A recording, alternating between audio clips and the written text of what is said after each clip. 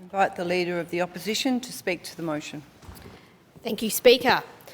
I rise on behalf of the Liberal and Nationals coalition today, and I acknowledge the remarks of the Premier. I also acknowledge the presence in the gallery of Reuben Berg and Ngara Murray. And through them, I acknowledge all members of the First Peoples Assembly of Victoria and all Indigenous people who are here today. I want to thank Reuben and Ngara for their advocacy and engagement with myself and my colleague Melina Barth and other members of the coalition. This engagement has always been conducted in good faith and from a place of respect, and I give you my commitment that this will continue. Today, I start by acknowledging the deep hurt that has been experienced by Aboriginal people since the arrival of the first Europeans to these shores. I acknowledge the courage of elders and community members who have shared their stories through Yurruk and other processes. I acknowledge the immense contribution that Aboriginal Victorians make to our state as leaders, carers, workers, parents, volunteers and custodians of the world's oldest living cultures. To all Aboriginal Victorians listening today, I say this plainly. I see the injustice in our history. I see the disadvantage that still exists today, and I am determined that we must do better. We accept that this Parliament and governments past have authored laws and policies that have hurt and caused injustice and disadvantage to Aboriginal Victorians, and for that, we say sorry. Today is a historic day, but it is not an unprecedented day. Nearly 30 years ago in this place, on the 17th of September 1997, Premier Jeff Kennett put forward a motion apologising to Aboriginal people on behalf of all Victorians for the removal of Aboriginal children from their families. In his speech on the motion, Premier Kennett said, "Aboriginal people occupy a special place in Victoria as members of an Indigenous community that has suffered greatly in the past through acts of discrimination." He went on to say, "This discrimination and its long-term effects must be understood and acknowledged if Aboriginal people and other Australians are to achieve genuine reconciliation within the context of a truly multicultural Victoria." Almost 30 years on from this important moment in Victorian history, we, in the Liberal and Nationals parties, continue to support every word of the apology motion that was passed by all sides of the Parliament in Victoria. Unlike the motion before us at present, the apology in 1997 was brought forward by both sides of Parliament, with Premier Kennett working in collaboration with then Opposition Leader John Brumby on a form of words both sides of the House could endorse. The text of that apology reads as follows: that this House apologises to Aboriginal people on behalf of all Victorians for the past policies under which Aboriginal children were removed from their families and expresses deep regret at the hurt and distress this has caused and reaffirms its support for reconciliation between all Australians. Speaker, 30 years ago, these words were effectively unprecedented. They preceded Prime Minister Kevin Rudd's apology by a decade. And perhaps most significantly, when Jeff Kennett delivered his apology, he made this very important remark. The Victorian Government is committed to working with Aboriginal communities to deliver programs to address their undoubted disadvantage. But more importantly, this government is committed to assisting Aboriginal communities to become economically sustainable.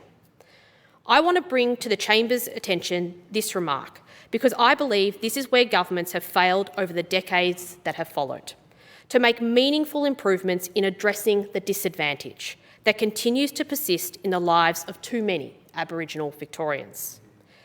Speaker, I don't believe that anybody in this place could argue that the progress we have made to addressing Indigenous disadvantage in the period between Premier Kennett's apology and today is acceptable. We can and we must do more. We must take meaningful steps to address Indigenous disadvantage and empower Aboriginal people and Aboriginal communities. Speaker, I want to emphasise that the difference in approach between the Coalition and the Government represent a policy disagreement on the most effective method to achieve meaningful outcomes and improvements for Indigenous Victorians. They do not represent a disagreement on the need to achieve these outcomes and improvements. As Prime Minister John Howard said in 1997 in his opening address to the Australian Reconciliation Convention here in Melbourne, it cannot seriously be argued that Aboriginal and Torres Strait Islander people are not, as a group, profoundly disadvantaged. Sadly, almost 3 decades on, the truth of this statement remains largely unchanged. So, Speaker, again, I emphasise that the policy difference is a matter of approach, not a dispute on the substance of the issue, which is that governments have a responsibility to do more, much more, to address Indigenous disadvantage and empower Indigenous communities. And there are meaningful steps that can be taken without delay. We must fund education programs to improve attendance and learning outcomes for Indigenous children in our schools. We must invest in improving health outcomes for Aboriginal Victorians. We must implement diversionary programs to keep Indigenous youth out of the justice system. And we must empower Aboriginal community-controlled organisations with secure funding and genuine decision-making authority. And we must act to create job readiness, programs to lift economic participation for Indigenous Victorians. Speaker, good intentions matter, but so too do good outcomes. Actions matter, and they matter far more than mere sentiments. Too often we hear a sentiment expressed in the community that we have inherited a collective guilt. I believe what we have inherited is a responsibility to address persistent and unacceptable Indigenous disadvantage. Speaker, through you, I want to address my remarks now to Reuben and Nagara, and through them, the others who are here today who have worked to establish the framework enacted by the Treaty Act. I give you my word that if the Victorian people elect a Liberal and Nationals government in 2026, we will work with you to progress our shared goals of addressing disadvantage and creating opportunities for Indigenous Victorians.